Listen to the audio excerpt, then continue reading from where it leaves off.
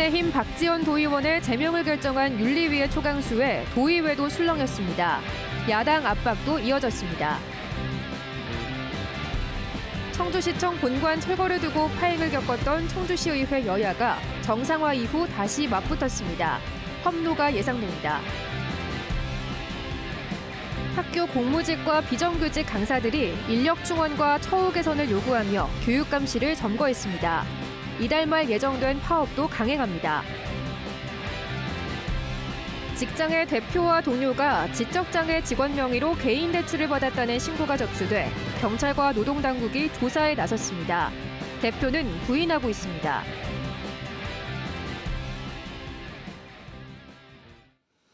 네, 시청자 여러분 안녕하십니까. 계속해서 MBC 뉴스투데이 충북입니다. 해외 연수 중 논란을 겪은 박지원 도의원에 대해 사상 초유의 제명안이 윤리특위를 통과하면서 본회의에서 가결될지 관심이 쏠리고 있습니다. 야당에서는 사필 규정이라며 본회의 가결을 촉구했는데 박 의원을 뽑아준 지역구 주민들의 생각은 어떨까요? 김대웅 기자가 취재했습니다.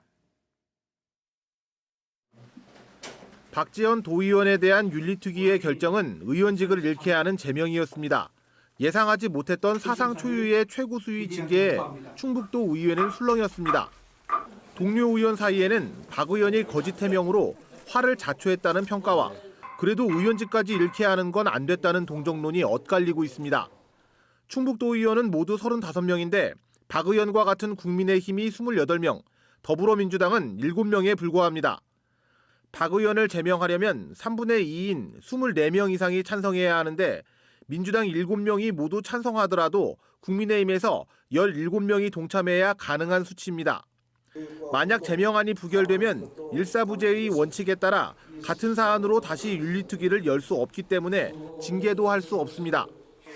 다만 윤리특위 제명안과 함께 다른 의원들이 더 낮은 수위의 수정안을 발의할 가능성도 남아 있습니다.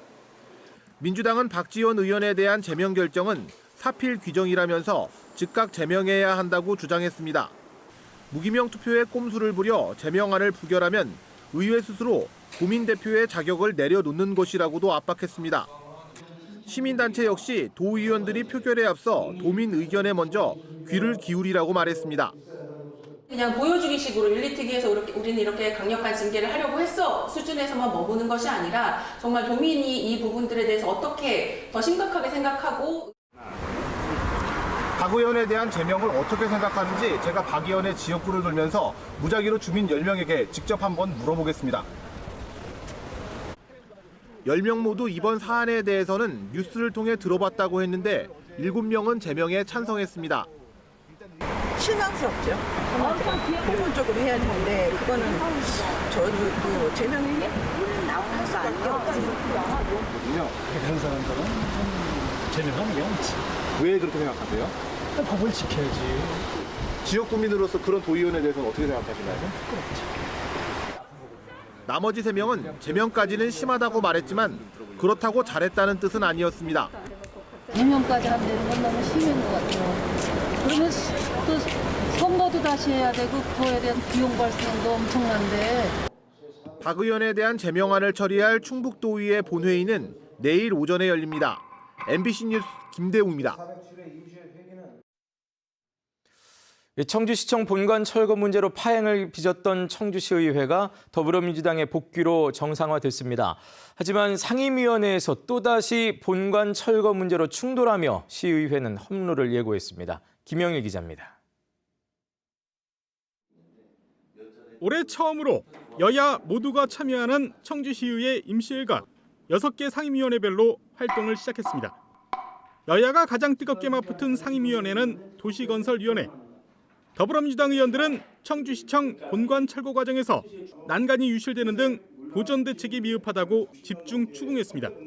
철거 행정 계획에 대해서 중장기든 아니면 종합계획이든 기본계획이든 계획이 수립이 됐었습니까? 전면 파사 구간은 지금 제대로 보존이 되고 있다고 보시나요? 입장은? 철근 대근이 안 된 부분 때문에 떨어져 나가고 망실되고 있는 부분에 대해서는 저희들도 마음 아픕니다. 마음 아파서 전문가를 통해서 저걸 어떻게 보완할 것이냐 이런 거를 갖다가 자문을 받은 상태고. 앞서 여야 의원들은 본관 철거 현장 점검을 놓고도 경론이 오가는 등 강하게 맞붙었습니다. 국민의힘 의원들은 본관 철거 예산까지 통과된 마당에 시의회 역할을 넘어선 무리한 정치 공세를 멈추라고 반발했습니다. 이제 맡겨야죠. 어차피 예산 통과된 정식적인 절차에 의해서 불법적으로 한 게 아니잖아요. 정식적인 절차에 의해서 예산이 집행된 거고 그 집행하에서 집행부에서 지금 하고 있는 건데 결국 한 차례 정의 끝에 더불어민주당 의원들만 참석한 가운데 현장 점검이 이루어졌습니다. 저희가 그동안 의회에서 이 철거에 대해서 미리 보고 받은 것도 없었고 또 직접 현장에서도 또 설명 들은 내용이 없어가지고요.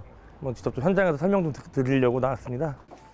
이번 임시회에서는 원도심 고도 제한 완화와 대형마트 평일 휴업도 도마 위에 오릅니다. 하지만 보름도 채 남지 않은 청주시 의원 보궐선거에 대한 부담이 여야 모두 큰 상황에서 예전과 같은 의회 파행 사태가 되풀이되기는 쉽지 않아 보입니다. MBC 뉴스 김영일입니다. 고 한병수 의원의 별세로 치러지는 청주시 의원 나선거구 보궐선거의 공식 선거운동이 오늘부터 시작됐습니다. 후보자들은 선거 전날인 다음 달 4일까지 13일 동안 확성기를 사용한 공개 연설과 10장 이내 현수마켓 등이 가능하며 유권자도 18세 이상이면 특정 후보에 대한 지지 호소 등을 할 수 있습니다. 청주시 의원 보궐선거는 국민의힘 이상조, 더불어민주당 박한상, 우리공화당 류근진, 무소속 정우철 후보의 4파전으로 치러집니다.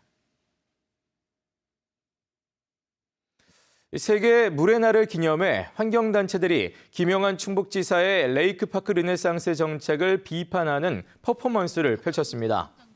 청주 충북 환경운동연합과 충북 생물다양성보존협회는 청주 무심천에서 김영환 충북지사가 카약을 타는 모습을 패러디하면서 김 지사가 해야 할 일은 대청호에서 물을 끌어와 카약을 타는 것이 아니라 안전하게 식수를 관리하는 것이라고 주장했습니다.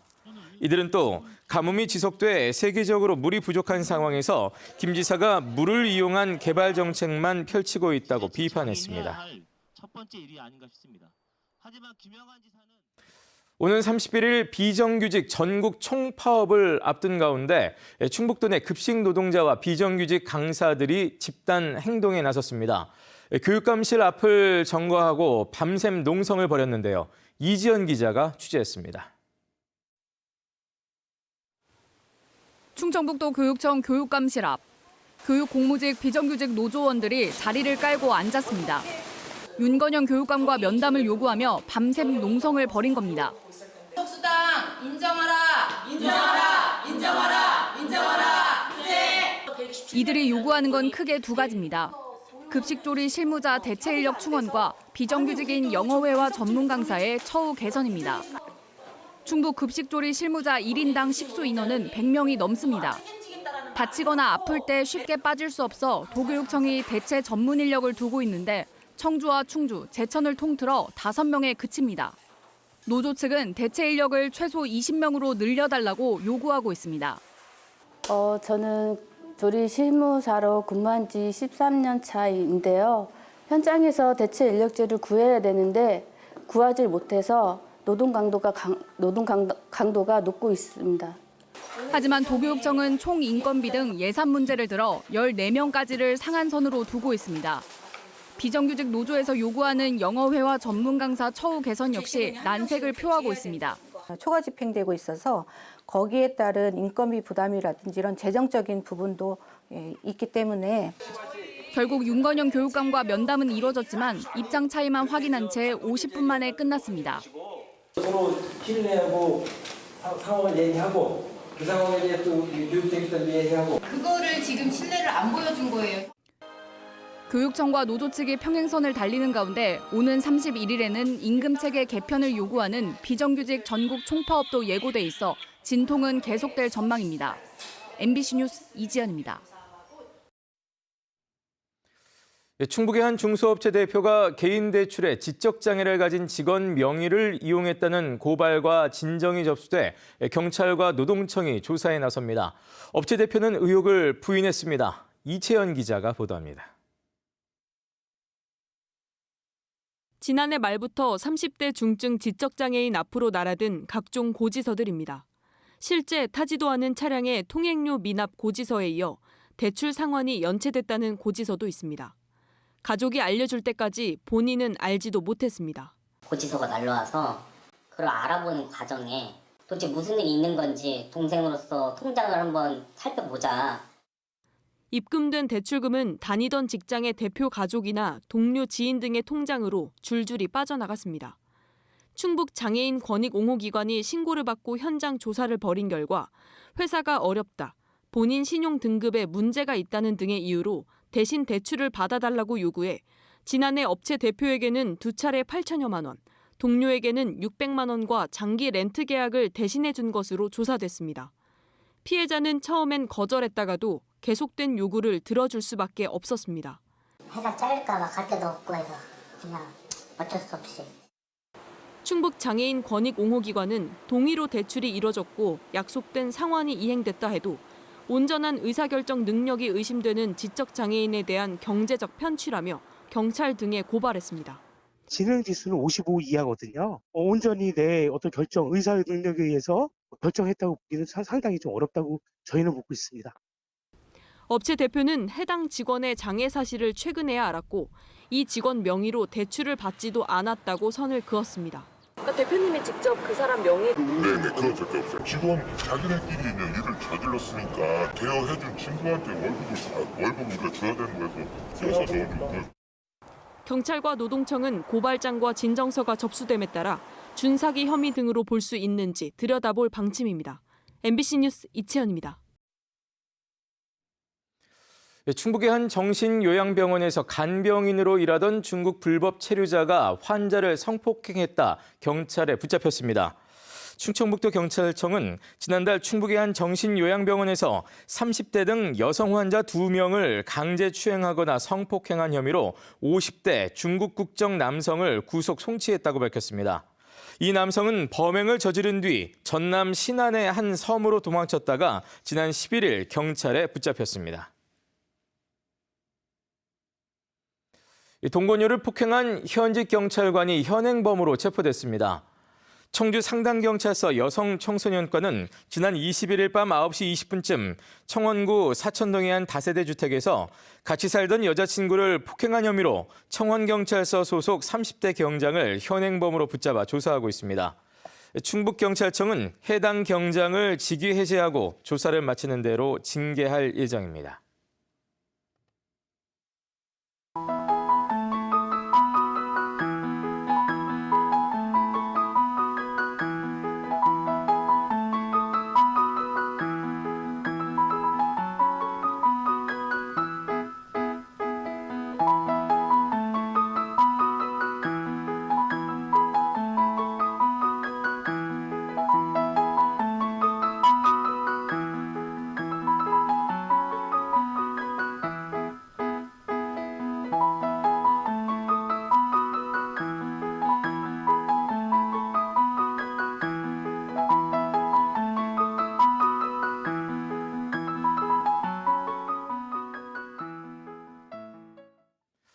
청산의 주차난을 겪는 충청북도가 신관과 상당공원 사이 현 주차장 자리에 300대 규모의 주차타워 건립을 추진합니다.